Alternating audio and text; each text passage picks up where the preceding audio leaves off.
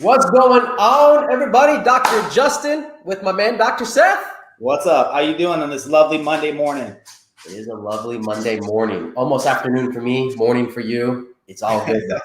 I love time zones, dude. A colleague of mine was doing a call with somebody in Australia. We were trying to do math, like four doctors sitting around figuring out, okay, if it's Saturday night at 7 here, what time is it in Australia? And the struggle was real. Yeah, that's not our strength by any means. So, No. Oh goodness. Well, listen, like today we want to kind of keep crushing along, talking about inflammation, because I think there's so much. Well, I don't think I know. There's so much info out there on inflammation. You Google inflammation, and really, like, it just comes the idea. It's like, I've got inflammation. I should therefore take an anti-inflammatory, take NSAIDs. You're on these damn things forever, ever, and ever, and your doctor says it's okay. Yeah. And guess what, guys? It's not okay. So whenever I sit down with a patient, somebody I'm working with, someone I'm trying to help, I will say the same thing every single time. And the solution to inflammation cannot be a lack of pills in your body. And when I say pills, I don't just mean non-steroidal anti-inflammatories, but I'm also talking about your turmerics, your, natural anti-inflammatories, those types of things. If you're chronically inflamed, there's something in your lifestyle that we're missing. So anything we can do in the short term, sure, turmeric is great, but it is a Band-Aid and Band-Aid only. We've got to dig deeper in this thing. And so we have to look at nutritionally what's going in your body that can be really hurting you. And Dr. Justin, I don't know about you, but I've been divorced from sugar for well over a decade. And whenever we bring up sugar, man, it's either people are like, yeah, I'm with you, or they're like, I'm not eliminating sugar. And so if that causes a visceral reaction, you have way too much sugar in your diet. Yeah, good God. Last night we were outside. I got a bunch of little neighborhood kids. We were messing around, and he's 10 or 11. He says, so do you guys not really do sweets? I was like, well, no, we don't. All of our treats and stuff that we have in the refrigerator and the freezer for them are always full. And all the other neighbors are like, they said, well, we'll go to the neighbor and we'll get something else. They don't like our treats. They're really good, I promise you. But yeah, and basically cutting sugar out of your diet doesn't mean you don't get to have any fun. It just means you have to be more focused, and especially with kids. You take a regular, like, let's just say a popsicle or something. And when you don't have sugar in your diet and you have like a standard American popsicle, you're like, oh my gosh, like I got a canker sore. Like, this is crazy, because your taste buds are not accustomed to it. So there's lots of little tricks, hacks we go through on our web pages and on our Facebook groups, and we help you guys with that. But when we talk about eliminating sugar, I would say the biggest battle we fight is the crap people put in their coffee. Are you with me, Dr. Justin? It's unbelievable. And you got the Vente or the Trente or the Quad-Tre, I don't know, right? It's getting bigger and bigger. Don't they all mean big or something? I don't know. Whatever. I'm not who speaks it. But here's the thing. It's like, well, I don't really have sugar. And it's like, well, yeah, but you have a vanilla latte every day. And if you look at how many grams of sugar are in that stuff, you're consuming probably a week's worth of nutritional sources of sugar in a 20-minute stretch or a 30-minute stretch, whatever it takes. So start looking at those things. You know what the best way to drink coffee? Drink coffee.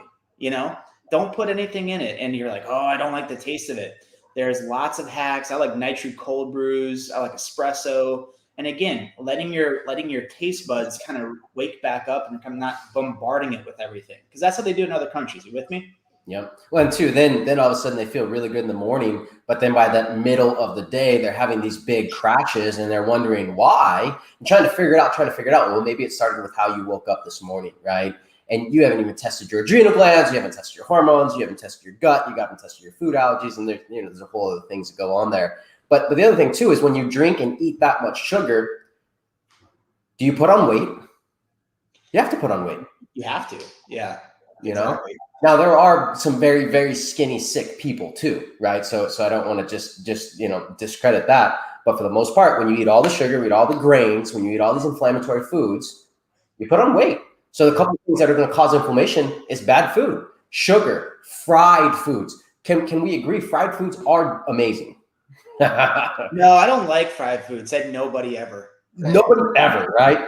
And but I'll tell you today too, and he said like, I probably eat more dessert and more like things today than I ever have before, but there's no grains, there's no inflammatory foods. So again, like he said, like you can still eat right and still eat well and still have fun and still enjoy things and still have birthdays and all that stuff. You just got to do it a little bit differently, right?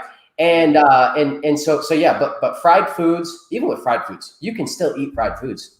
You just got to do it very differently, right? Yeah, you got to do it right, and this isn't a cooking show today, but like, for instance, crusting things in almond flour and frying them in ghee, something that has like a high heat stability. Very easy to do, and it tastes great. And cooking in a cast iron, those types of things. But you can play with recipes, and you can totally game the system that way without tearing yourself up. Which really kind of leads me into, in my mind, the biggest piece that people miss with their nutrition, and that is they completely whiff on the oils that we cook food in. Yeah. If you're going to make somebody really, really sick for a long, long time, cook in bad oils. And so when we talk about bad oils, what we're talking about are things like peanut oil, cottonseed oil, canola oil, vegetable oil, soy oil. Am I missing anything, Dr. Justin? I mean, that's a pretty good start there for sure. Yeah, cooking in olive oil even, because people are like, well, isn't olive oil healthy? It is, but it has a very, very low heat stability, which means anytime you put it under temperature, it immediately turns to a trans fat. And so why we say we shouldn't be cooking those oils, there's two reasons. And so when we talk about omegas, people are like, oh yeah, we want to take those omega-3s. Omega-3s are best. Fish oil is great for inflammation. Fish oil is great for the heart. Well, why do we need to be supplementing with omega-3s all the time? And the reason why is there's something called an omega-6 to an omega-3 fatty acid ratio. And for inflammation to occur, that ratio of omega-6 to omega-3 has to be wildly skewed, like 20-1, 30-1, 40-1, chronic inflammation. And so the idea is if you're 20-1 and you start adding omega-3s to it, it's going to help balance that out. But how that gets skewed in the first place are those bad oils, because those intrinsically have very, very high omega-6 stuff in them, right? Omega-6. The stuff. Yeah, the stuff. But I would make sure we say that again, because I think that's so important. People think that they are doing right by cooking with olive oil. And it is. I mean, it is a great oil. It is a good thing for you to use maybe at room temperature, salad dressings and drizzling over things afterwards, but it is not great to cook with. So just remember that. And if you can make that one little change today, you can see drastic changes in the amount of inflammation in your body. But if we just said all the oils that you can't cook with, which I'm almost betting that a lot of people go in their cupboards and they've got all that canola and they've got all that olive oil and everything in there. What is a good oil to cook with? So there's three main go-tos for me. I'll say four. How about that? So ghee, in my mind, is one of the best things to cook with. The flavor's fantastic. Good quality ghee. And guess what? You can make it yourself. So you can make ghee, no problem. Ghee's heat stability is like 475. So you can really crank the temperature up. You can cook on medium high. You can get good browning, good charring, those types of things with ghee, and then taste friggin' fantastic. That would be, if you're going to cook high temperatures, that would be my go-to. Avocado oil is freaking amazing as well. That has a high heat stability. I think we're probably around 450 usually is what you'll find with avocado oil.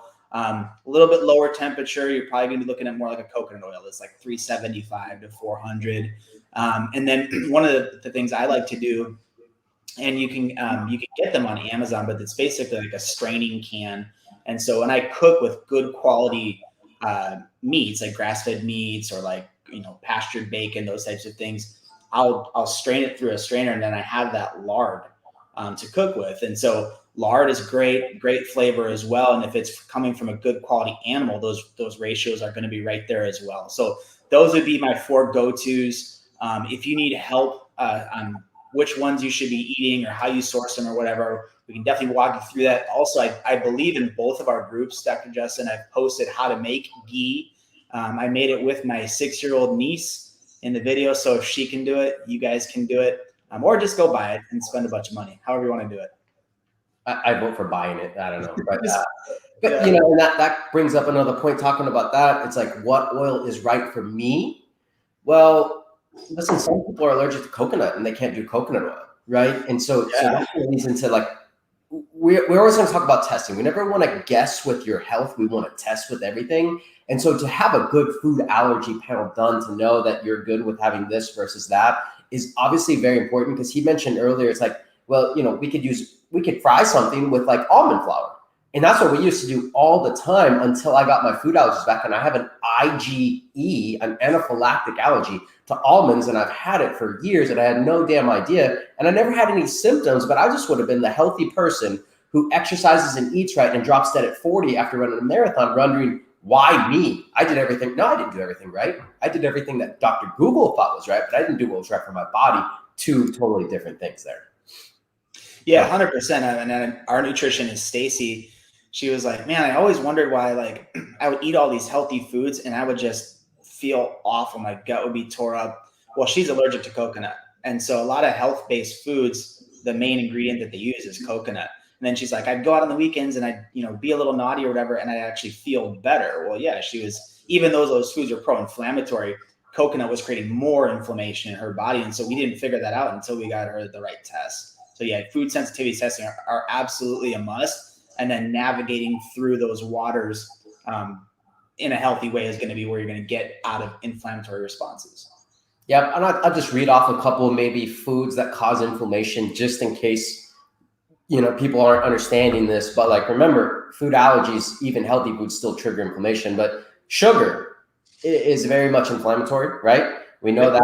We talked about the trans fats, saturated fats, the high omega-6 products, white flours, right? How about MSG? How about gluten? How about casein? How about aspartame? Aspartame is in so many places, and you're doing, well, I know sugar causes inflammation, so I don't do it. I do the yellow, green, blue packets, right? Some of the worst stuff that you can do. And then even if you're doing the better stuff, like you're making the switch to like a stevia, you got to be careful with that. You got to make sure that it doesn't have any extra hidden things in there. And same thing with like a xylitol. Well, guess what? They're either making xylitol from corn or they're making it from bark. You want to get it from bark. You want to get it from natural stuff. You don't want to get it from the corn if you can avoid that, especially if you have a corn allergy. And then one of the other things that, and I think this is big because a lot of people use this because like stress causes so much inflammation. At the end of the day, what do you do to help manage stress? Drink alcohol. Wind down at the end of the night, right? Yeah. And it's such a toxic load on your liver on top of everything else. And people are like, well, I don't have fatty liver yet, right? So how do you know when you have a liver problem? Typically when it's too late. So one of the things that people do is they'll have their doctor will test their blood for liver enzymes, ALT, AST. And just so you guys know, when you do that, they're not saying like, oh, well, once the enzymes go up, then we'll manage it better. They're waiting for you to go into liver failure, right? So it takes a ton to move those enzymes up high. So you're like, well, no, we keep monitoring it. Everything looks good. By the time those things start ticking up, we've got a Herculean effort on our hands. So the best thing to do is proper liver support and just not bombarding that essential organ. What do they say, Dr. Justin? Health is in the liver, and it's a bit of a double entendre, right? Yeah. And Dr. Lacey, that's a great question. So no pumpkin spice lattes. A little bit of an inside joke because our wives were roommates together in college, and they would love them some pumpkin spice lattes in grad school. So no, that's not true. You can definitely do pumpkin spice lattes, but guess what the number one ingredient should be in it? It shouldn't be sugar. It should be pumpkin. Right? So there are healthy recipes out there, good ways to do those. Yes, it's not fall unless we got a pumpkin spice latte. You can make it with nut milks as long as they're not, causing inflammation in your body. We can have fun. That would be a good one, Dr. Justin. Maybe do a little live stream on making a healthy pumpkin spice latte. I mean, it's going to be October here pretty quick. Or is it October already? No, the end of the week, right? That's crazy. Close. Yeah, that'd be a good one. Yeah, I love it. And then I will throw this into, so like, because we talked about things that cause inflammation. How do you decrease inflammation? Just really quickly, it's like, yes, omega-3s, and you read this from everyone. If you've worked with a functional doctor, that seems to be the only thing that they recommend. It's like, take omega-3s. Yeah. And again, it made sense if you listened or didn't hear Dr. Seth go back, like omega-6, omega-3s, you got to bring that ratio up. So it's a good thing to do. to treat a symptom and put a Band-Aid on. But again, you got to fix the underlying problem. You got to make lifestyle changes. Turmeric, same thing, unless you're allergic to it. But how about sometimes it's just like you're dehydrated? Yeah. How many people are dehydrated? Good God. It happens all of the time. Dr. Lacey said Amanda already did one. So you can see she beat us to the punch, but it's okay. in there. I know it's in there. We'll try to find it. If I can have my staff find it, I'll try to bump it up to the top and then make sure we share it over there too. So yeah, but just going back to, chronic dehydration, I would say that that's one of the biggest things we have to battle against, because people are like, I just don't like water. Well, tough. Suck it up, buttercup. You need to drink water. First thing I do every single morning, I have my steel cup here. I am brand loyal because I do like their nitro cold brews with Starbucks. But I will fill this up and I'll chug it before I do anything else. Before I go to the bathroom, before I brush my teeth, before I take the dogs out.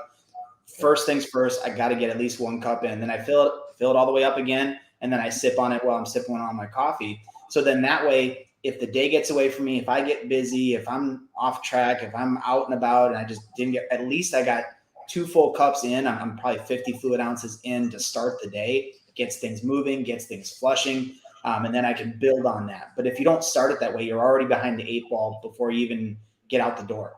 Yep. Yeah, I'm already 40 ounces of water in for the day and knock it out. And that kind of brings me into another thing. It's like I drink so much water when I'm working out, but getting off of your butt and moving is also very important to overall general health. You can't just be sitting on your what's this rating on this show? PG? G? Butt. We can go PG-13. We can do that. Get off your ass and move then. How about that? Yeah. And listen, you don't have to work out how I work out. You don't have to be jumping and doing things. Maybe for you, it's just getting up and stretching. Maybe it's getting up and walking your dog, but just move. A good 20 minutes a day of movement does wonders for inflammation and just for the overall general health of your body. Yeah, take a walk. Just take a walk, right? It's kind of like jump starting a car, right? And I'm dating myself, but when you had like a manual transmission and your car died and you put it in neutral and push it, and then hopefully then you jump start it and get it going that way. Look, if the car's in motion, it's more likely to run. If we're in motion, we're more likely to not be inflamed. And so sometimes people will say like, well, yeah, I know I want to work out, but every time I work out, then I hurt myself and have more inflammation. So it's this hamster wheel. But dude, do yoga, do Pilates, take a walk, stretch, just getting up. I mean, you see that dogs do it first thing in the morning. They do their cat stretch, they do it, and then they're good. What do they innately know that we don't? Get off your ASS and get going, right?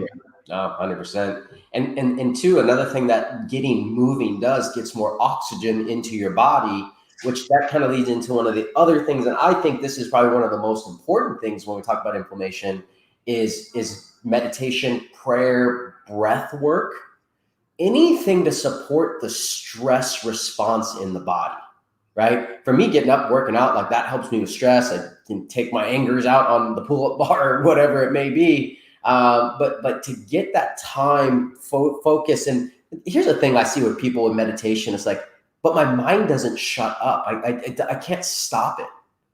That's okay. It's not supposed to stop. I think the only way to do that is 20 years at a Tibet monastery or something. I don't know if you ever really get to that point.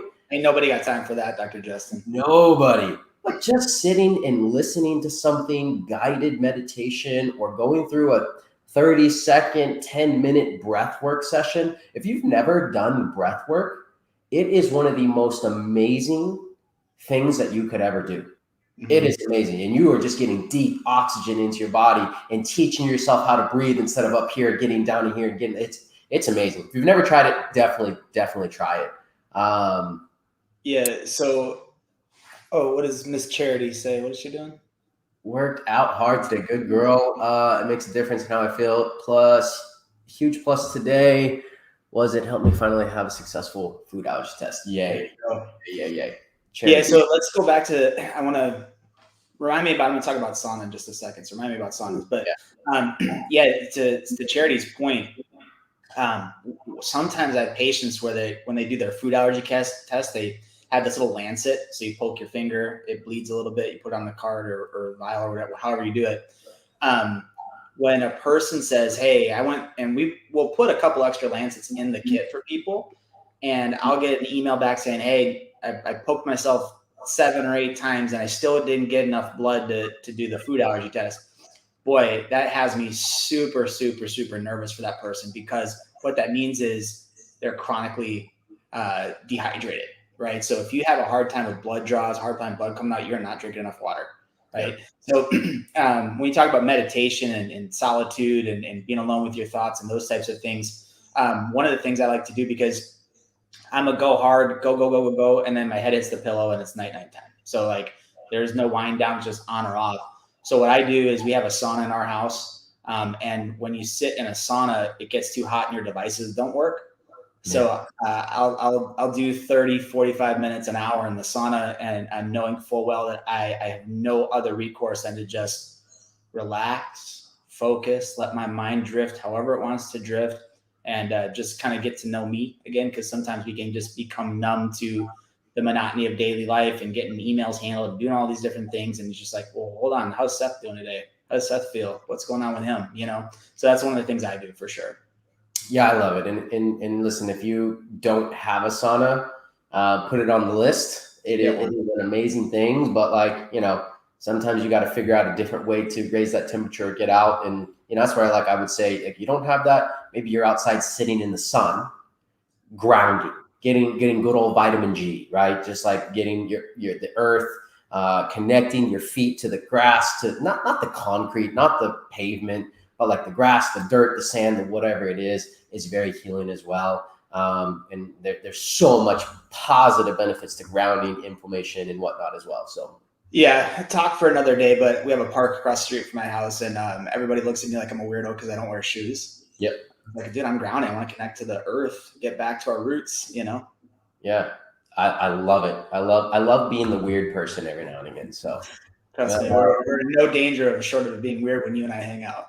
Yeah, exactly. So listen, guys, that was just a quick little overview of inflammation and some things that cause it, some things that you can do to get rid of it. And we are going to just keep trucking along, but make sure you comment on here. Let us know again what you want us to talk about. Number 1, number 2, share this, like this.